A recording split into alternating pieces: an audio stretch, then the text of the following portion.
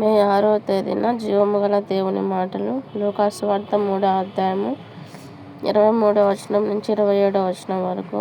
యేసు బోధింప మొదలుపెట్టినప్పుడు ఆయన దాదాపు 30 ఏండ్ల ఈడు గలవాడు. ఆయన యోసేపు కుమారుడని ఎంచబడెను. యోసేపు హేలీకి, హేలీ మత్తతుకు, మత్తతు లేవీకి, లేవీ మెల్కీకి, మెల్కీ యన్నకు, యన్న యోసేపుకు, యోసేపు మత్తతీయకు, మత్తతీయ ఆమోసుకు, ఆమోసు నాహోముకు, నాహోము ఎస్లీకి, ఎస్లీ నగ్గయికి, నగ్గయి మయతుకు, మయతు మత్తతీయకు, మత్తతీయ సిమియకు, సిమియ యోసేకుకు, యోసేకు యోదాకు, యోదా యోహన్నకు, యోహన్న రేసాకు, రేసా జెరుబ్బబెలుకు, జెరుబ్బబెలు షయల్తీయేలుకు, షయల్తీయేలు నేరీకి.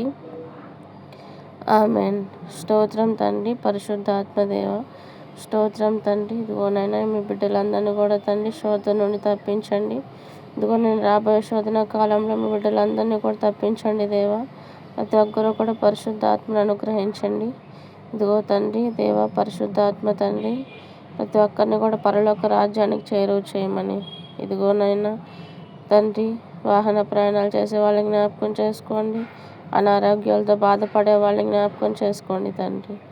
అయ్యా తండ్రి, ఆర్థిక ఇబ్బందులతో బాధపడే వాళ్ళని కూడా జ్ఞాపకం చేసుకోనమని నజరేయుడైన యేసుక్రీస్తు నామములో తండ్రి అడిగి వేడుకుంటున్నాం ప్రభువా. ఆమేన్, ఆమేన్, ఆమేన్.